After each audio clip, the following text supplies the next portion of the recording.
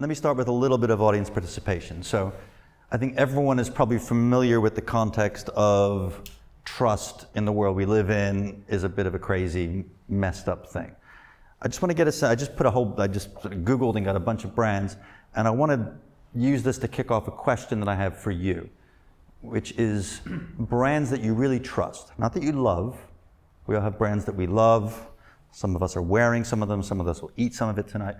Brands that you really trust, and why? So we talk about building trust in the age of distrust, right? And we'll come back to whether or not we're in an age of distrust or not. It may be that trust is a bit like matter. It's never created or destroyed. It just shifts to different places. And I think that's partially the case, and partially we're living through something particularly weird and unique where actually there might be less trust. But it also does shift around. And some of the people that you've said you distrust would have been the first brands and companies, people to raise their hand for trust, not that long ago. Okay, this is a no-brainer, and you talk about everywhere I've ever been in a brand or corporate comms or corporate affairs role, always talk about building trust, building a reservoir of trust, building a bank of trust. We need to rebuild trust when you screw up. And it's a no-brainer, right? I mean, if people trust you, they're more loyal, they recommend you, they buy more frequently, they spend more money, they share, they recommend. It's awesome, right? Who wouldn't want to be trusted? And so you build trust with your employees, or with your customers, sorry. Except about half of all consumers say they don't trust companies in general. Okay, so I think we are in a bit of a, and I don't know what this number would have been 10 years ago. So if anybody knows, or it's in your report, John, let me know. But this is interesting because everybody knows that trust is a commercial winner. It's a brand winner. It's a no-brainer. Everything is up in the 90 percentile for recommend and buy and so forth. And yet there's this problem. People don't think companies are going to act in their interests. And some of that is why even great brands like Nestle and Colgate, it's just that, do I really trust these guys? What are their motives? Patagonia doesn't seem to have that problem because they seem to be a purposeful brand in everything they do. And I'll talk about them in a minute. Okay, has anyone heard of Rachel Botsman? So Rachel is a leading global authority on trust. And she's been writing books and doing TED Talks and traveling the world, literally, speaking to world leaders and all sorts of groups like this about trust. And this is, I think, an interesting quote that I don't know why I made her head so big. I didn't realize the screen was going to be so enormous with Rachel staring down at me. Talks about this idea that you don't build trust. You don't create trust. It doesn't belong to you. Trust belongs to the people who give it to you, right? So, and they give it to you based on whether you behave in a trustworthy way. And I think that's interesting because all these brand and comms people, I gotta build more trust. It doesn't work that way, right? Like, if I don't trust, who was it? Facebook. They can't build my trust. It's up to me to give my trust, and I'll give it if and when I want. All right, this is one of the issues we grapple with in Trustpilot. Does anyone not know Trustpilot? Yeah, we're pretty well known in the UK. And what people sometimes say to us, hey, don't tell me who to trust. I like your name, but if you're telling me 5 stars equals trust, no. That's interesting, and I'll use that information as I want, but that doesn't necessarily equal trust. So we have a very powerful name, but a name that has some problems associated with it because it implies a promise that we know who to trust. And we'll tell you, and it's a very personal thing. Right? Trust is like love. It's very personal. You decide, and it's quite a meaningful thing. So we looked at, and I thought this was interesting, and quite a few people are onto this idea of trustworthiness rather than trust. A friend of mine named Robert Phillips, who used to run Edelman Worldwide, wrote a book called Trust Me, PR is Dead. He left the world's biggest PR agency to then poach a term gatekeeper and tell everyone that PR is a bullshit science and they need to get real and build trust in real ways, not through spin. And he talks a lot about trustworthiness as well. So trustworthiness, and there's various definitions, but I like this quite simple, and I took this from one of Rachel's TED Talks. 2 things. It's based on a kind of heart and head, your capability and your character. Right? And capability is competence and reliability. Do I do what I say? You can have all these slides at the end if you want. And the other is character, integrity, benevolence. Right? So we talked about trust before, so the kind of head side is why you like Microsoft. They give me a product that works, they have lots of engineers, and the Patagonia is a bit more the heart. I trust their integrity, I trust their benevolence, and these characteristics. And this is an interesting way, I think, to think about trust, because otherwise this transfer of trust, currencies of trust, trading of trust, all gets a bit mechanical, and yet ultimately it's only up to the individual whether they give trust. And there tend to be, and I think this sort of rings true, right? We could do a model with 10 things, but it sort of rings true. Okay, a little, very quick history lesson on the history of trust. And this is through the lens of where we've come through in sort of these big industrial ages or business ages. So the last century, anyone not alive in the last century? That's good. So we're amongst friends here. This sounds familiar, right? Big industry, big industrialists, huge brands. They kind of built their brand and they interacted through advertising. They're kind of one-to-many, one-way traffic sort of communications. And they didn't really think about their responsibility in society other than to give some money back. And that tended to be separate. That was foundations, it was philanthropy. And we see that here, right? The Museum of Brands is funded by philanthropists, both private and brands. Okay, in a very short window of time, some of this started to change. This is a bit oversimplified, obviously, but you had this dot-com boom where you built your brand value through hype. It was all of a sudden this gold rush, lots of hype, and this notion of CSR started to come alive. Like, okay, maybe we should have a corporate responsibility.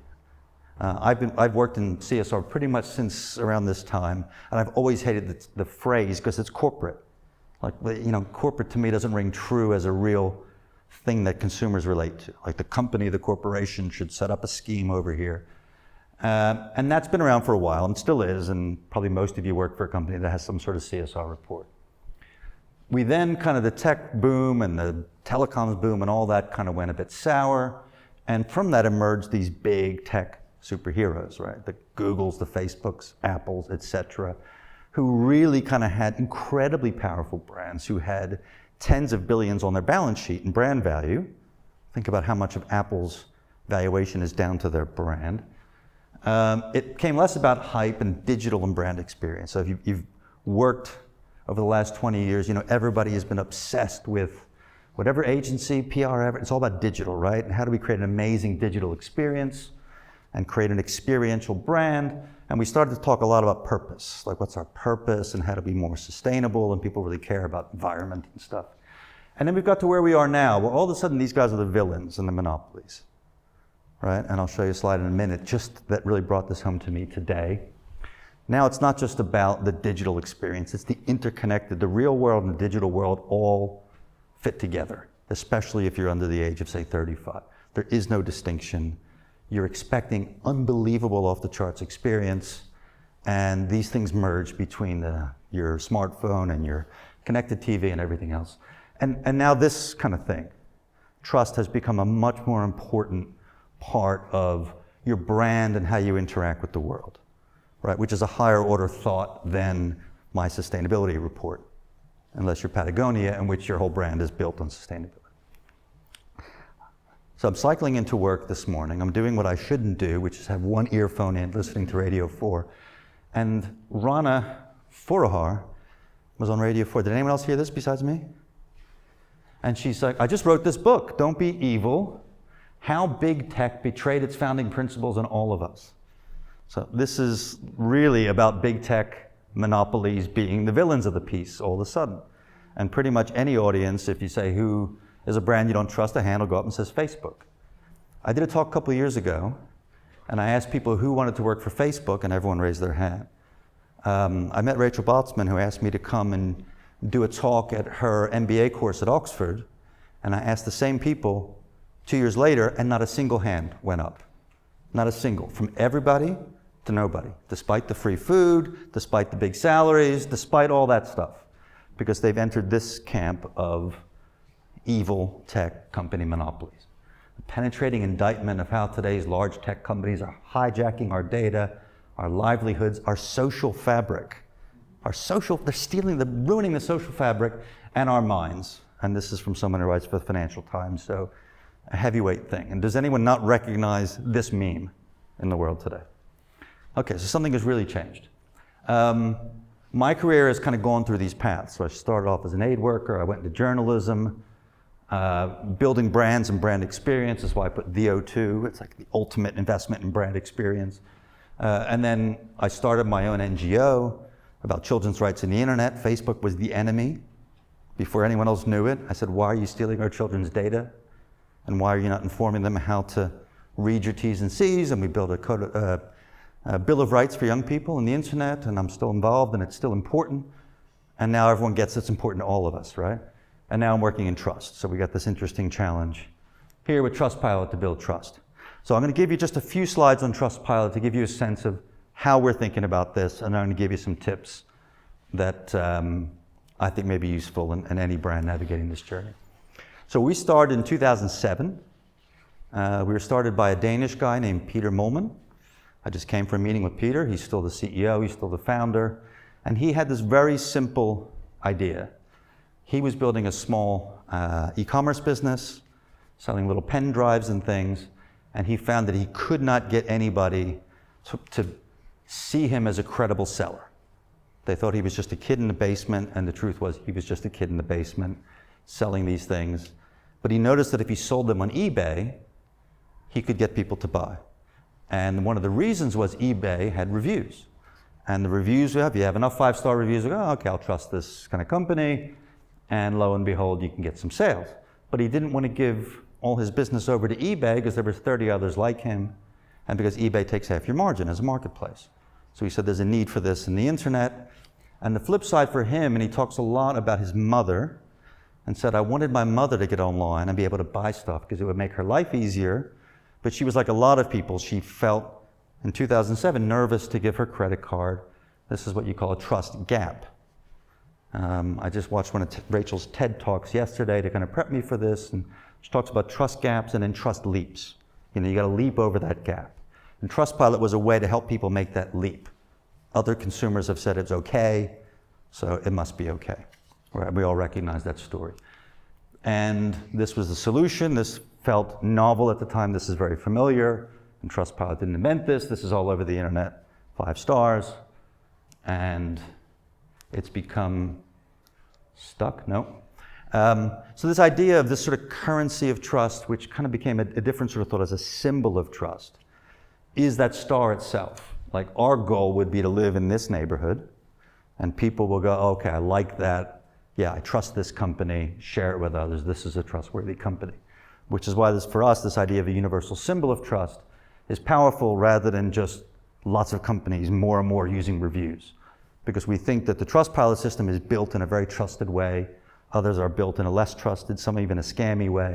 And when you see that star with the little cutout, it's like a very familiar star, but it's uniquely Trustpilot, and I will use that. So this is kind of our goal, to be a universal symbol of trust. And it works relatively well. So in the US and the UK, 87% of people say they trust a company more when they see the Trustpilot stars, either 4 or 5 stars. So that's our kind of goal. We want to be this universal symbol of trust, but we live in this very distrustful age. So our opportunity is unbelievably big, right? You know, we talk to our bankers about our next round of financing, which I was just doing this afternoon.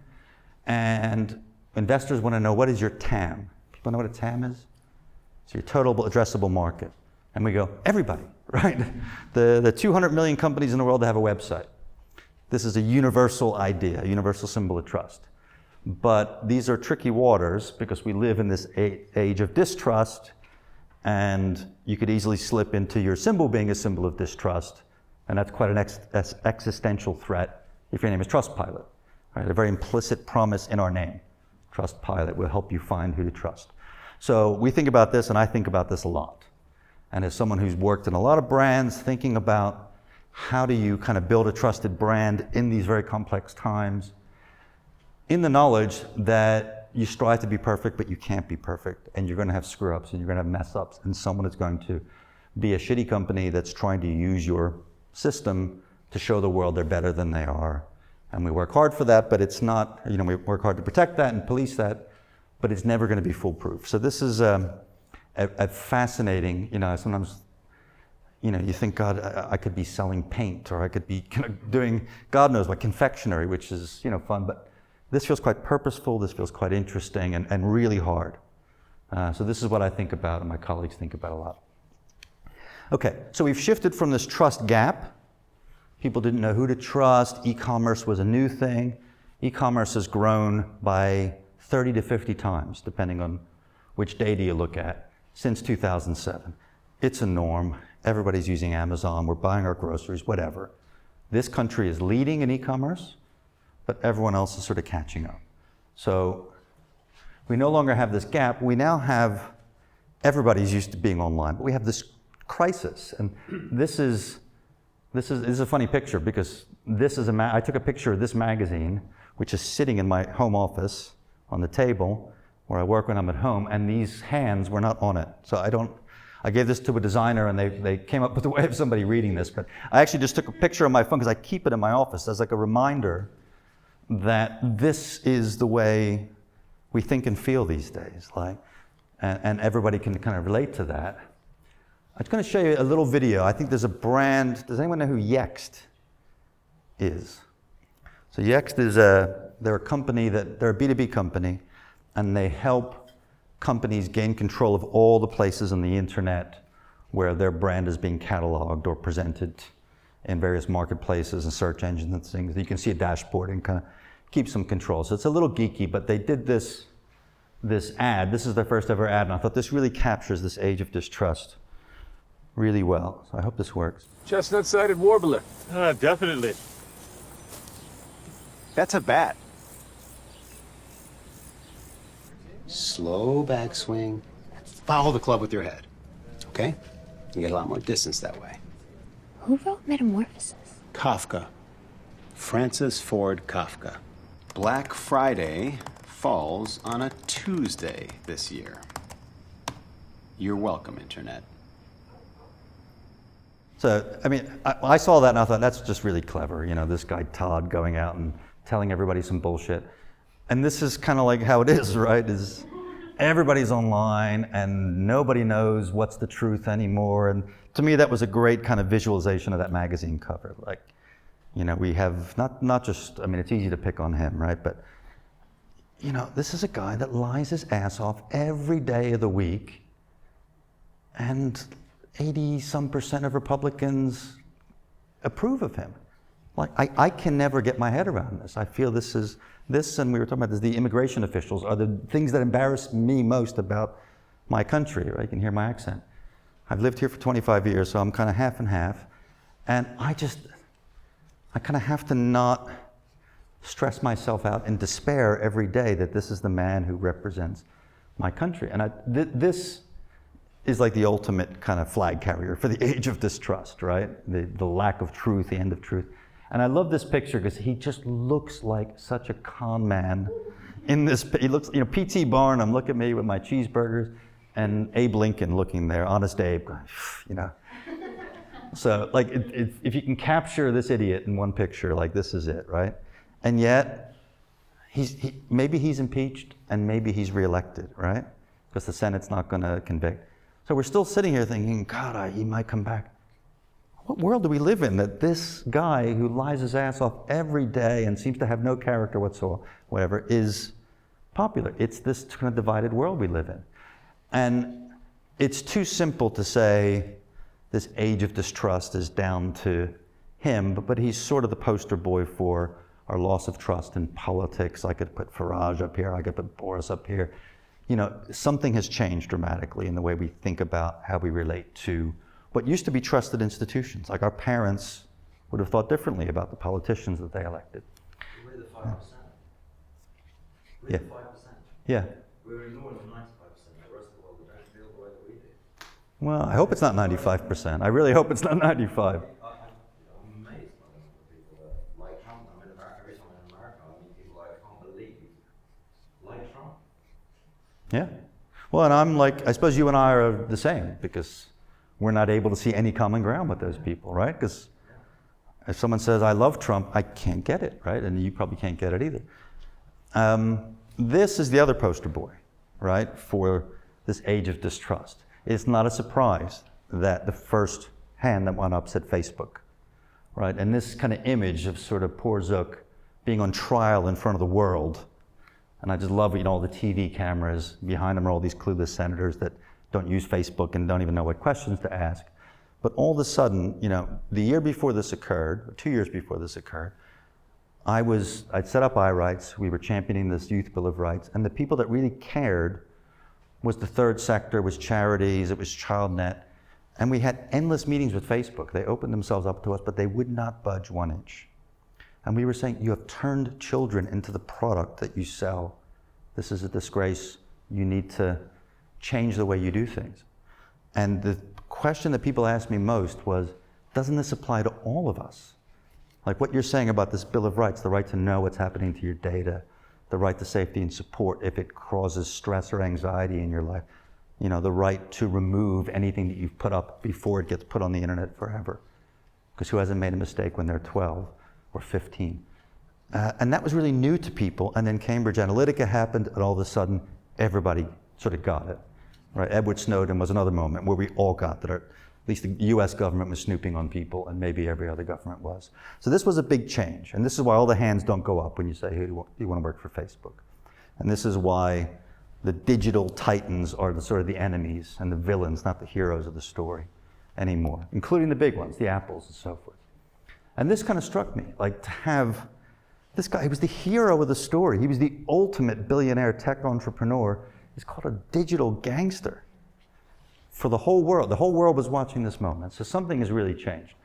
And again, my talk is a bit tech-centric, so it's interesting to talk about what it means for some of your kind of smaller consumer brands. I know there's someone here who sells Manuka honey. Maybe this is not relevant, but I'll give you a few thoughts as to why I think it is.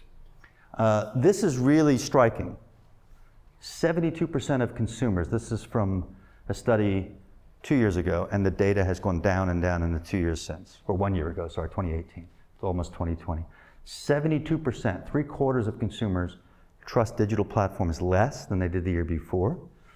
And do people know the Edelman Trust Barometer? Anyone not know it? If you don't know it, look it up. They do a global study. They've been doing it for about 20 years. Edelman's the world's biggest PR agency. And they ask a barometer of questions, and it's longitudinal, so it's the same questions every year across, I think, 8 countries. And trust, every indicator is going down in the Western world. And in Asia, some of them are going up. Well, it'll be interesting to see what happens in China after what's going on in Hong Kong. 75% of countries in the world saw trust in social media platforms drop. And all of the other 25% are in Asia. So something as dramatic is happening, where in the Western world, almost everybody is saying, I trust social media less. And it's increasing, not decreasing. The Edelman Trust Barometer comes out in January, and I think you can probably safely predict it'll go down even more. Who do people trust? So there's only one category where people trust more in last year's Edelman Trust Index. It's not the government, it's not brands, it's not social media. Does anyone have a guess as to who it is? Friends and family? Nope. NGOs? Nope. The little girl who talks about the environment. No. Greta. Greta, sorry. No. You're stealing all my gags. I got a Greta slide as well. Their own employer. Their own employer. The company that they work for.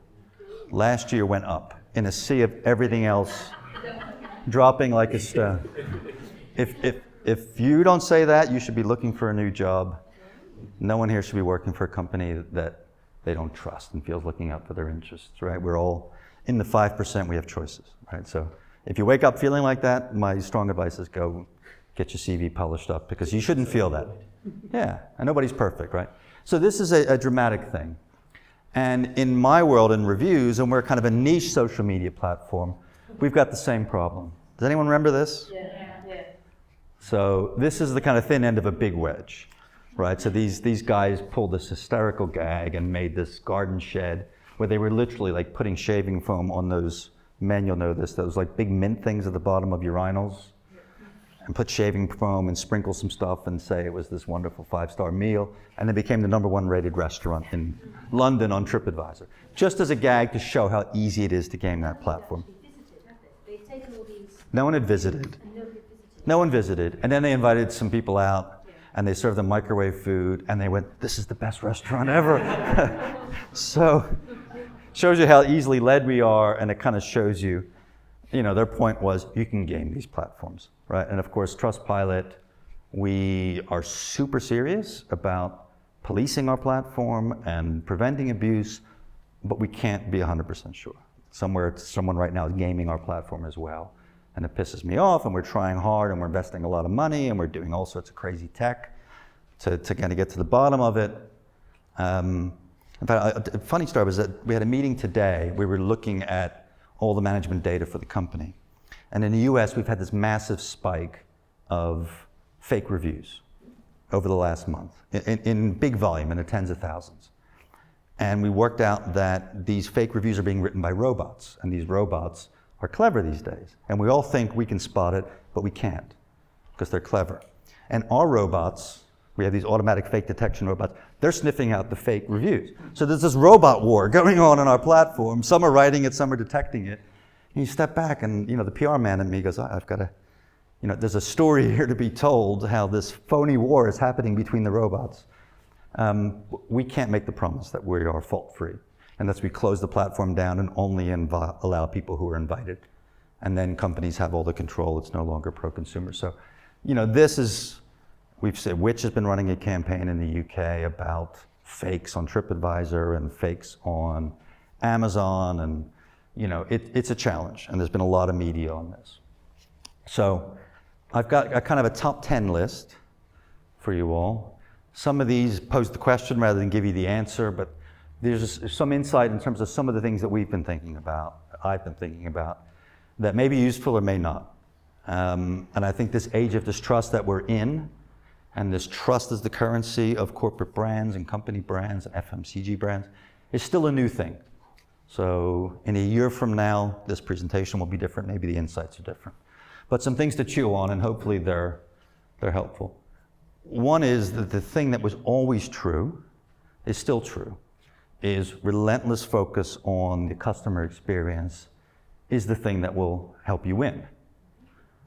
The thing that is different is these guys are seriously scary, right? These drones and the robots working in their warehouses are able to deliver same-day products from a list of millions of products.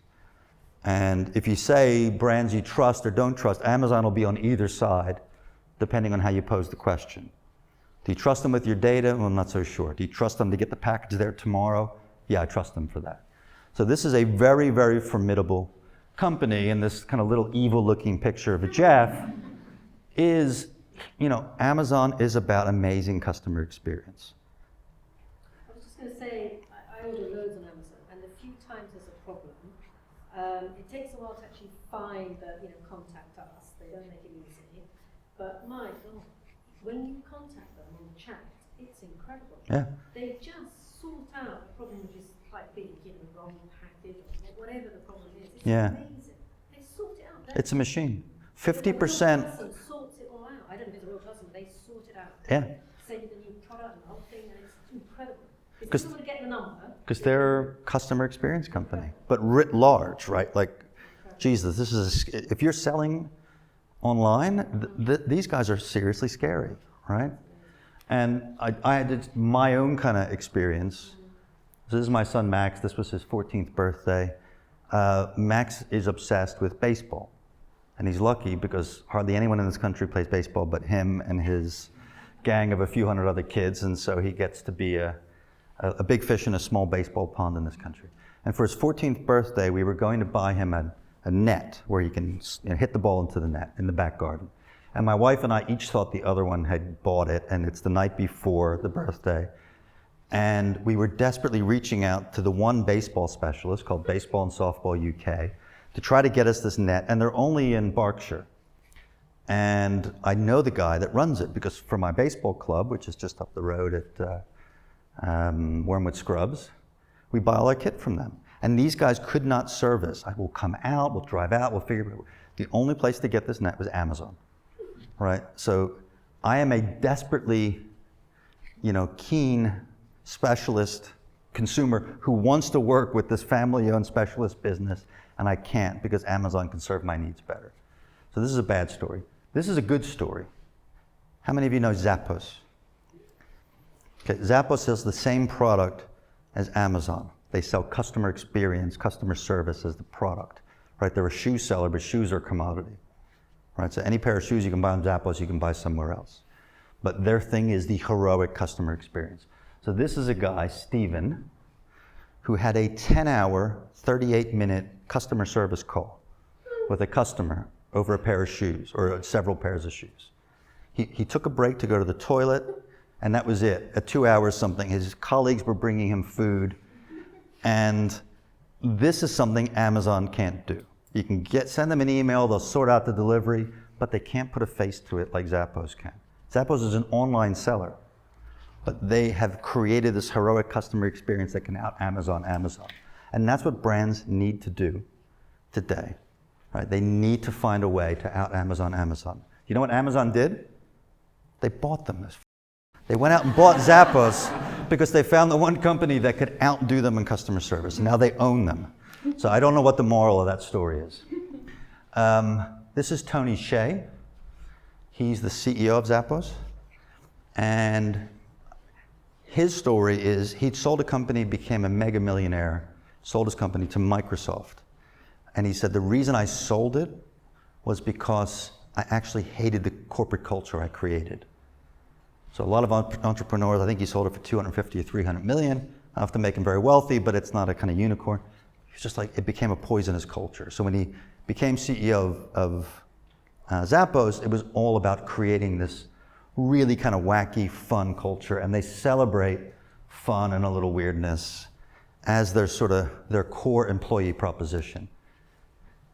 And they've become someone that is a die to work for kind of employer. So this is this dude who wanted to work there so badly he made his own music video to submit it with his application for a role, because the way that they treat the employees and the employee experience is so fundamental to how people want to work these days. They want to work somewhere. It pays people to leave, doesn't it? Yeah.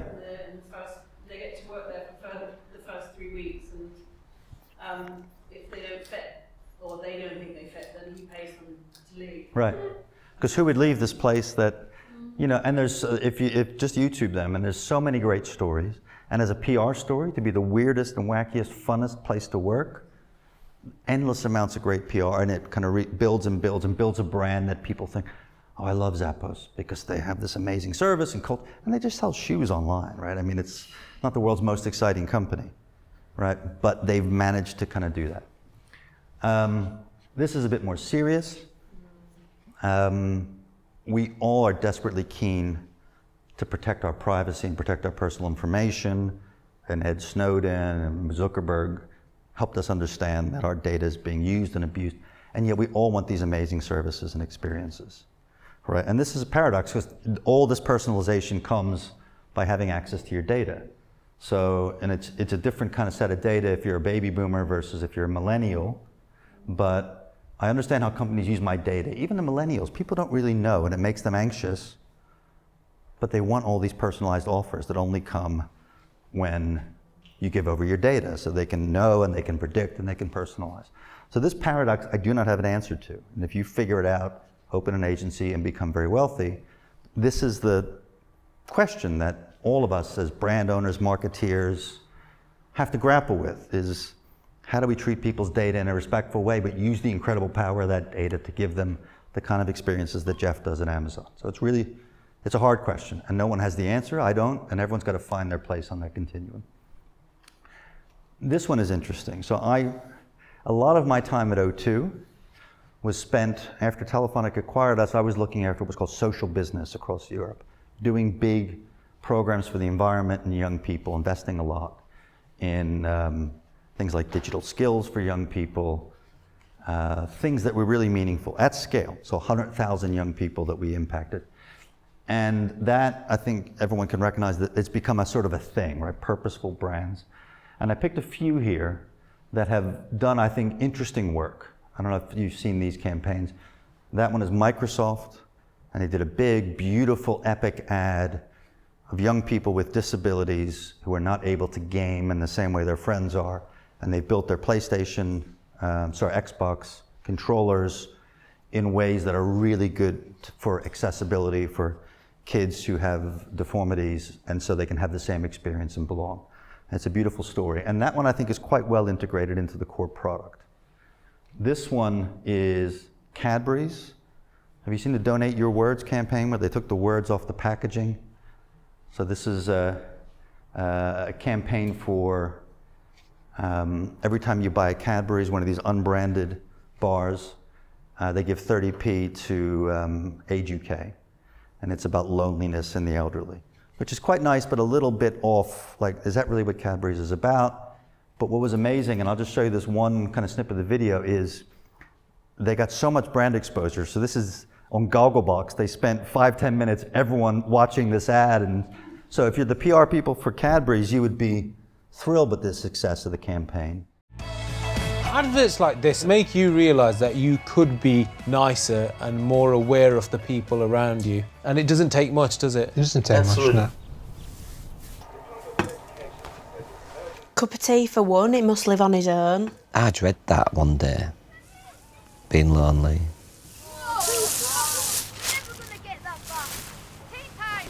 This is his own little bit of interaction with the family next door, isn't it? Throwing the stuff back. Yeah, bless him. No man is an island, Mary. No. Even the most isolated person needs to have contact, human contact. When I worked in bingo, and there was so many lonely people there who come to bingo, and they only come to bingo For company. oh, that upsets me. He's only a few feet away, lonely, and what all he's got is that little connection. He's watching them play in the garden. Yeah. Oh, look at that. You'd have to throw that one back, Mr. Thompson. It's like a thank you, isn't it? Yeah. It's just a little gesture from the children, but it means a lot to him. Oh, I don't want to be lonely. You won't be lonely. I'm a lot younger than you, I'll still be here. Kind of makes you want to be a bit more charitable, innit? Because there are people who haven't got anybody living quite a hard, solitary life, innit? Yeah, and this shows that they could just be next door to you as well, isn't it? Very inspiring message there, isn't it, really? Around 225,000 older people often go a whole week without speaking to anyone. Cadbury has donated the words from their bars to help, and you can donate your words too. You get the idea, right? So if you're in the brand and marketing comms department of Cadbury, this is like gold, right? They've now made a national TV program talking about this, and it's nice. And then this is Gillette, and you know Gillette, does anyone know their tagline? The best a man can get. So they did this, the best men can be, as a big campaign against this sort of toxic masculinity. For me, this is quite cringy. Doesn't make me want to use Gillette at all, makes me feel quite cynical. Bullying. The Me Too movement against sexual harassment. Masculinity. Is this the best a man can get? Is it? We can't hide from it. Sexual harassment is taking over. It's been going on far too long. We can't laugh it off. Who's the daddy? What I actually think she's trying to say. Making the same old excuses. Boys will be boys. Boys will be boys. Boys will be boys. But something finally changed. Allegations regarding sexual assault and sexual harassment. But she says And there will be no going back. Because we believe in the best in men. Men need to hold other men accountable. Smile, sweetie. Come on. To say the right thing. To act the right way. Bro, not cool, not cool. Some already are. In ways big Yo, men, and small. I am strong. I am strong. But some is not enough. It's not how we treat each other, okay? Okay. Because the boys watching today will be the men of tomorrow.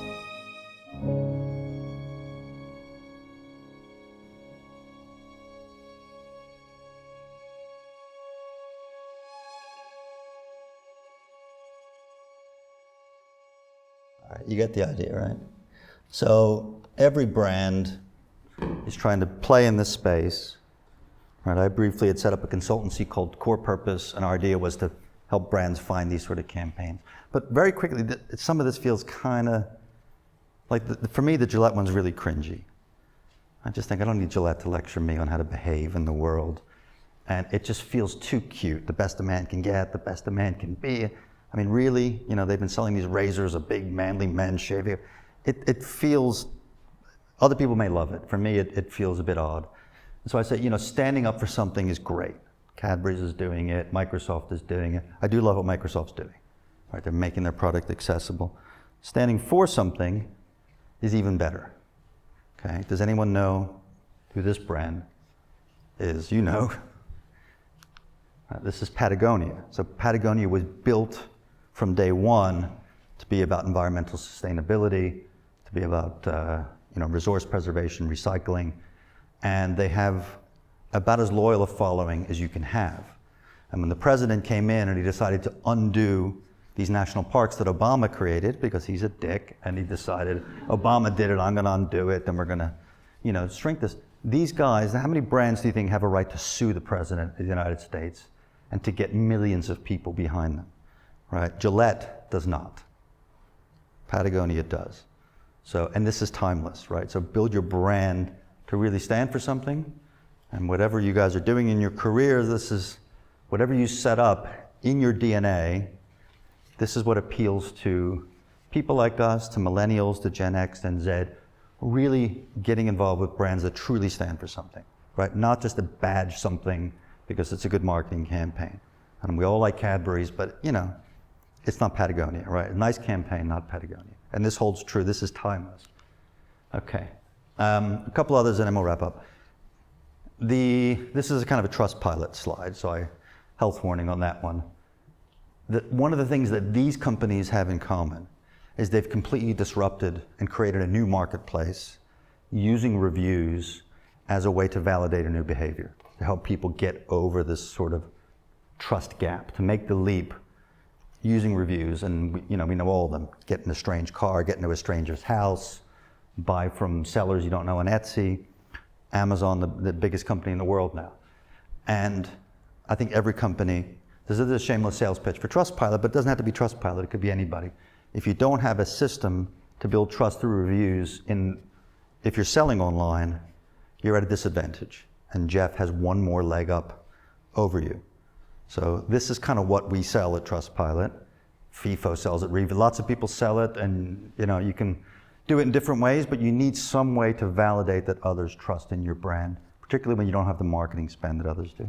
Is Trustpilot exclusively a B2C offering, or is there a sort of B2B angle in there as well? It's a B2B angle. So any consumer can write reviews and read them, any company can collect reviews, and then we have a freemium model where we charge companies for software. I guess is it about reviewing just consumer products, or is it about reviewing business? Gotcha. It's largely consumer products, but there's a lot of B2B on there as well. A lot of B2B on there as well. I had a client who had a very bad Trustpilot rating, mostly deserved, but it was really low, and part of the problem was the touch point of the customer, because it was a housing association, was negative whenever they went to Trustpilot. So you can't force people to have positive experiences to go there. But what would happen is, if someone did go there with a positive experience, then it was largely a vitriolic negative audience there who would say that the positive ones were fake, basically. All right.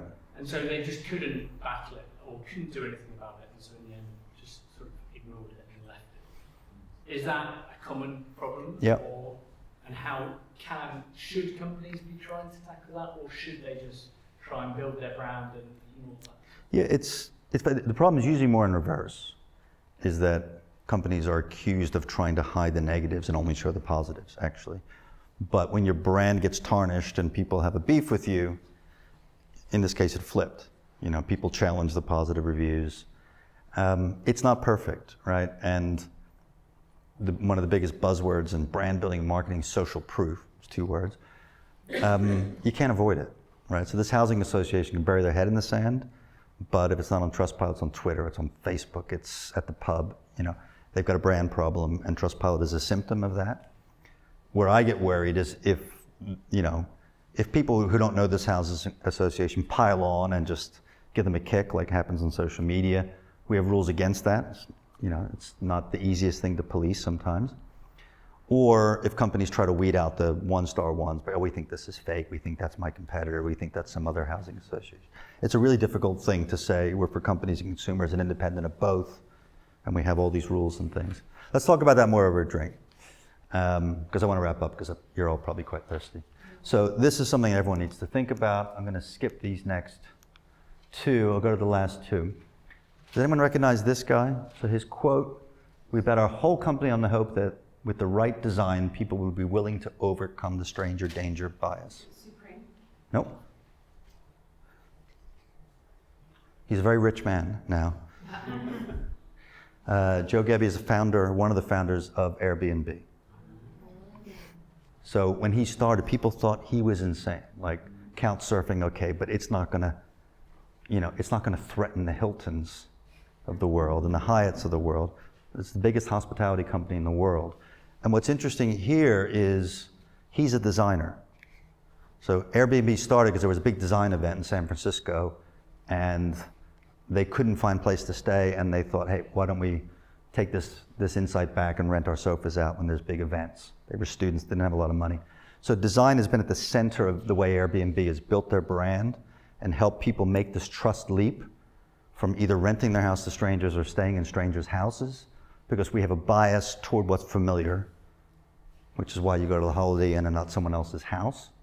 And Airbnb, okay, that's cool because it's listed somewhere. And so they've used design in lots of ways to build trust. I won't tell you all of them because I don't know them all, but if you look at his TED Talks and YouTube, they thought there's a right amount of information to share. So it's too little and too much. So they played with the size of the form to get enough information, not too much, not too little, and they tested and iterated over time. What is the right amount of review length to get people to trust it? Where does it fit on the page? How do we celebrate the stories? How do we tell the bad stories? All, I just think, interestingly, through the lens of a designer. So you'd probably think Airbnb was some clever hospitality person who wanted to challenge them up. He's a designer who rented a sofa out for a design conference, and they've always thought about design in thinking, how do they get people over this kind of trust gap? Quickly, last two. Trustpilot is from Denmark. I probably didn't say this was founded in Denmark. And if you know anything about Denmark, it's a very high trust society. People leave their babies in carriages on the street when they go to do shopping, and I've seen this. We have a post office on the ground floor of our building, and sometimes you come out and you see a baby carriage. I think it's the only country in the world where people would do that. And the tech community got together for Copenhagen Tech Week and wrote this letter about how this is a tech-centric thing. The world of tech needs to think differently, hold a mirror up to itself, and build from the DNA level of their companies, different kinds of companies. And if you want to read it, just Google Copenhagen letter. It's probably too small to read here. But some big, big compelling statements, and I think it's quite poetic. And on a page, this letter to everyone who shapes technology, moving from a human-centered design to humanity-centered design. Tech can help solve some of our problems because they're creating some of our problems. We need digital citizens, not mere consumers. If you're building for addiction, deception, or control, stop it. Right? This lady this morning who wrote that book from the Financial Times, the reason she wrote it is because her child became addicted to games and had run up a 900-pound bill at 10 years old because he was responding to the cues that they use in gambling to get people to feel compelled to go to the next level. So all these behavioral cues, it's like, hey, we have to stop it. And because tech can help solve our problems, designing at the DNA level is quite an interesting thought. And one that I find, at Trustpilot, we found quite compelling. And we challenge ourselves, not always successfully, are we actually building everything we do with the right values and principles in mind? Okay, last lesson is from Greta. This is something we see a lot on Trustpilot, right? Someone has a rant at you and says you suck and whatever, and companies go, I think that's fake, I'm going to remove it. right? And does anyone remember Greta at the UN glaring at Trump? And what did he do, the jerk? He tweeted bullying texts. I mean, it did not, what would Obama have done? He would have invited her to the White House. He would have embraced her, right? Your biggest critics are the people that will help you build your brand, right? Don't run away from them, embrace them. For me, that's the message from Greta, and hopefully she will smile when you do that. But it's human nature, right? Someone criticizes you and you go, oh, they must be stupid, or I need to get that off my website. I don't want these negative thoughts to tarnish my brand. It's the wrong thinking. It's easy to say about someone else's brand. Of course, we should embrace them. So that's the message from Greta, and we give her the final word of the evening. So thank you for listening. I hope we can have a drink and chat a bit more. Thank you.